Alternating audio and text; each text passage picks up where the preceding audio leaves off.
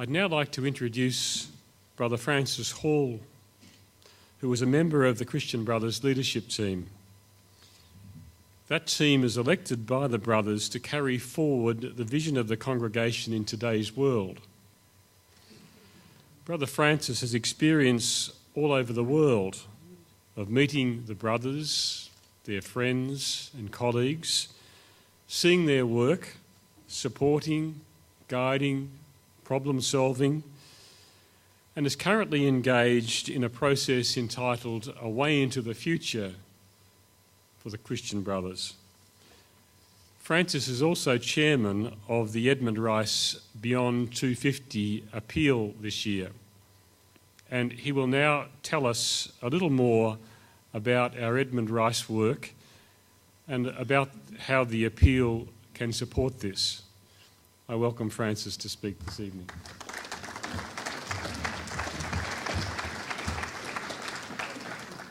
Thank you all so much for coming tonight. As you've gathered, it's a very special time for us as followers of Edmund. We have the feast day this Saturday and then the 250th birth anniversary on June the 1st. Over these 200 years, Edmund has inspired thousands of us, his followers, and hundreds of thousands around the world have had their lives transformed by Edmund's brothers and his colleagues in many schools. As we saw on the video a minute ago, this work goes on as the needs in our world are so great. A couple of simple statistics. Today, over 1 billion people live on less than $1 a day. Over 100 million children don't attend primary school, and even more don't attend secondary. We saw on the video there Griselda Loma, a past pupil of the Brothers in Peru, saying, "Being poor doesn't mean that you can't achieve anything, that you can't have a profession. In fact, the opposite is the case." So looking around the room, I can see here tonight staff from Edmund Rice and Christian Brothers schools here in Ireland and in the UK, along with executives and other members of the Edmund Rice Schools Trusts. Between you, you are carrying this educational venture forward in the spirit of Edmund. Across all our provinces, this is happening. I've seen Christian Brothers and Edmund Rice schools being run by outstanding lay men and women inspired by Edmund.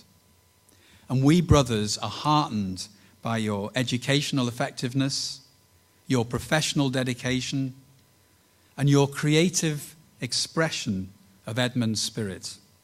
It's truly God's work, and thank you. As I've said, I've met on every continent among thousands of men and women educated in our tradition. And yet I can't let this special moment pass without mentioning those past pupils who did not have such a good time at Christian Brothers School. Sadly, there were men across the world who were treated harshly, even abused during their education. We're deeply sorry that this has happened. We're humbled. No words can undo the harm caused, and it's very hard to make amends. But tonight, we remember these men and include them in our thoughts and our hearts. And we're determined in our efforts to ensure that this never happens again. Their experience has a profound message for us: to put compassion for the vulnerable at the heart of God's mission, as Edmund did. Edmund's anniversary falls at a critical time in the life of our congregation.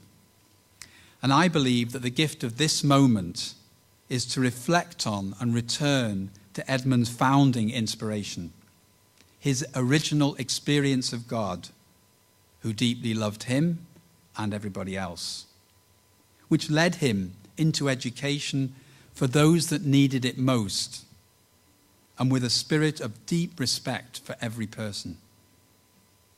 And as I look around tonight and see many of my brothers here, I know that you've given your whole lives to this endeavor, the service of others through education. And I'm deeply inspired by this heritage. Brothers, I'm also inspired by your willingness to support the congregation as it goes forward, as it seeks a way into the future. Brothers, thank you. So what would Edmund ask of us today, do you think? We have some clues. He wrote to Mother Patrick Keeshan, "Give to the poor in handfuls." How do we do this? I think we are doing it. We saw in the video, Lima, Zambia, Nairobi, East Timor. Much of this work in the developing world is still in education, but now perhaps focused more on those who need it most, which might take us beyond the school to centres of special needs education, to youth and community programs, adult skills training centres, learning centres for pupils excluded from mainstream, as well as working with people affected by HIV/AIDS. And on the video, we heard Brother Philip speak of another way of giving to the poor in handfuls: advocacy. We're becoming ever more engaged in human rights and advocacy work. That's both at the local level and at the global level. Somehow we're becoming more aware of the causes of such poverty. We realize there are injustices built into our globalized world that actually prevent people from having a livelihood. And so we have a dedicated team of brothers, some in Geneva and some in New York, working alongside the United Nations and in partnership with other human rights agencies. They're called Edmund Rice International. Our brothers in the developed world have given decades of service. But today's young brothers are more likely to be from India or Africa, Papua New Guinea or Latin America. Although Jason, a young American brother, is making his final vows this June. There are over 30 men in 3 novitiate houses in Africa. And the whole congregation of brothers is very deeply committed to their education, their professional training, but also to their human and spiritual skills, which will allow them to work in marginal communities and in partnership with others. We now need help in funding that education. Coming back here to Ireland, our heritage centres, Mount Sion in Waterford, Westcourt in Callan, they're not just historic buildings. They're sort of spiritual hubs for the global Edmund Rice community. Places where the followers of Edmund, brothers and lay colleagues from both Edmund's congregations, can return now and then for spiritual nourishment. The communities of brothers there welcome people from across the globe, week after week. These pilgrims are often touched by Edmund's spirit. This spirit of Edmund, of Jesus, is truly alive and well, I think, in you, in all of us sitting here, and in thousands of other Edmund Rice people around the world who are working in partnership with people struggling at the margins. They're the teachers, the social workers, doctors, nurses, young people, volunteers, the former brothers who continue to live their lives inspired by Edmund, school trustees, directors, administrators, fundraisers, as well as presentation and Christian brothers. There are many ways to be in partnership with marginalized people. The brothers never have worked alone, and many of you have been giving generously for years of your time, expertise, compassion. From our brothers, thank you. Last week, we received a wonderful letter from a class of boys in St. David's School here in Dublin.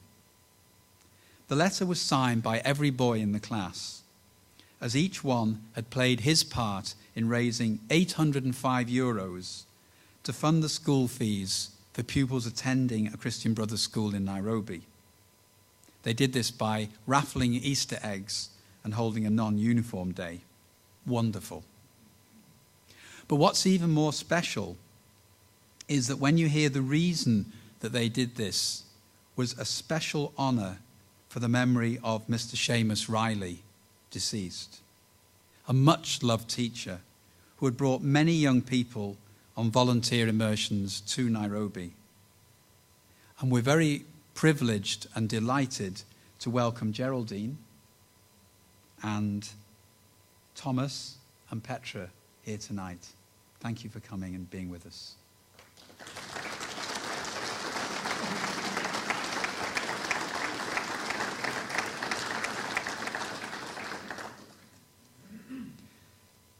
So to finish, to return to our theme, our appeal, it's called the Beyond 250 appeal because we're passionate about Edmund Rice's work continuing at least for the next 250. This appeal was actually inspired and initiated by several Edmund Rice organizations.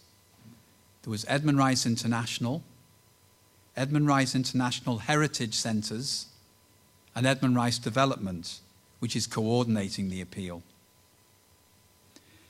These boards are supported by a volunteer team based here in Dublin, and also an international committee which has representatives from every province in the congregation. So we feel we have a well-established global platform for this appeal. And in fact, fundraising events are already being planned across the world. The schools in Ireland and in the UK have recently responded with enormous generosity, with over 100 schools individually signing up for this appeal. So this early support is hugely encouraging for us. We know only too well that we are living in difficult economic times, that there's many demands on our resources. But as we've been inspired tonight by a word from Africa, when spiders' webs unite, they can tie up a lion. And by coming together and each contributing or getting involved in whatever way we can, we will be able to achieve our goal of empowering people, of giving a voice to the vulnerable. So it's my simple task to invite each of you here in Dublin tonight, to those who will see this on the video, to Christian brothers, to former brothers, to all Edmund Rice institutions, groups and followers around the world, please get involved with this appeal. You can do that in many ways. You can make a personal donation. You can organize a fundraising activity, and the website will allow for individuals, groups, and schools to set up their own page with their own fundraising activities. In fact, this will create a global Edmund Rice online fundraising community. You could support the schools here in Ireland and in the UK who will have a special fundraising month in October, Mission Month. You might wish to set up a tribute page on the website in memory of a deceased friend or loved one, an honouring of their memory by benefiting other people. You might like to simply keep informed of what's going on and pray for all these activities. And the website will have up-to-date information on the fundraising and on the mission around the world. And you can sign up for a news update. And simply by spreading the word, this is good news. and we appeal to you to become champions for the appeal, to encourage your friends and colleagues to just get involved in whatever way they wish. And it's an important fact that 100% of any donations made to this appeal can go directly to the work in the field that you've seen illustrated, because no costs are going to be deducted for administration or fundraising, because they're covered by the brothers. So after we've finished tonight, please do come forward, those of you who wish, and bring your own ideas, a few suggestions or questions about how this might go forward. And to help with that, I'd like to introduce two very important people in this appeal. The first is Jenny Barrett, who is our Chief Executive of Edmund Rice Development. And the second is Vanessa Moss, who is the Development Manager, also with Edmund Rice Development. And they'll both be around at the front after we finish tonight. I'm very happy to answer questions. I'd now like to call on Mr. Jim Bradley just to say a few words.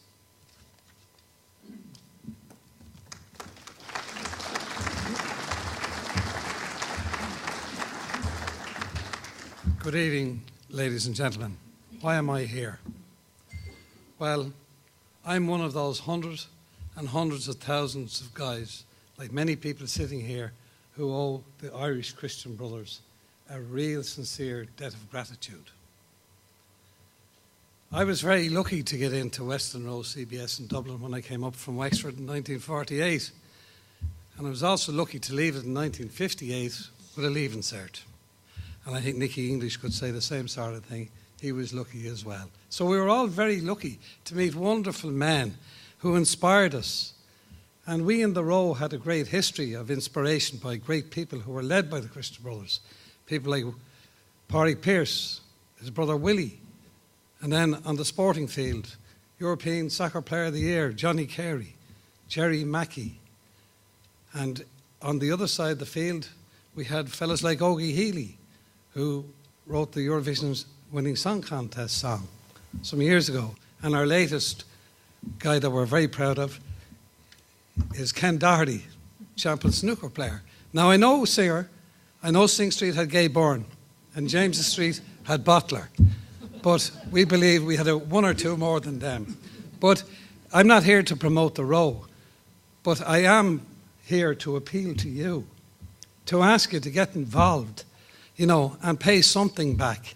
Now, we have the organisation of the Past Pupils Unions who can get to many people, but there's lots of other ex-Christian Brother schoolboys who are there waiting to be tapped, waiting to be asked just to repay something of what they've received.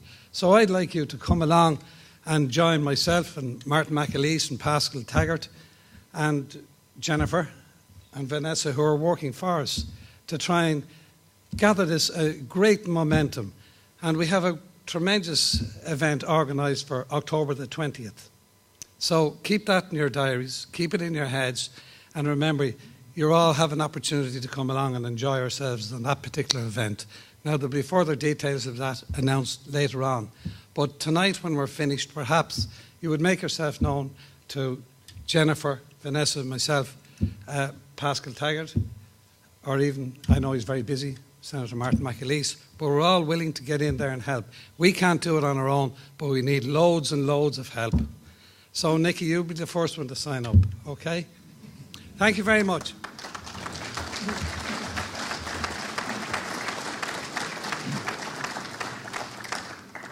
Thank you very much, Jim. Just to finish, back to Edmund for a moment. He wrote, "Were we to know the merit and value of only going from one street to another to serve a neighbour for the love of God, we should prize it more than silver and gold." Now, I'm sure that we all prize serving a neighbour much more than gold and silver. But tonight, we're asking that you also lay your hands on some gold and silver, as well as serving the neighbour. Finally, ladies and gentlemen, friends, I don't think it's by chance that we're here tonight. I think each of us is here for a reason. as with all God-inspired happenings, it's about the change which is happening in each of us. We're part of an evolution of God's spirit of compassion within humanity. So as we give our time, our energy, our hearts to this appeal, we will grow in compassion, as both Jesus and Edmund did throughout their lives. And thank you once again for being with us tonight.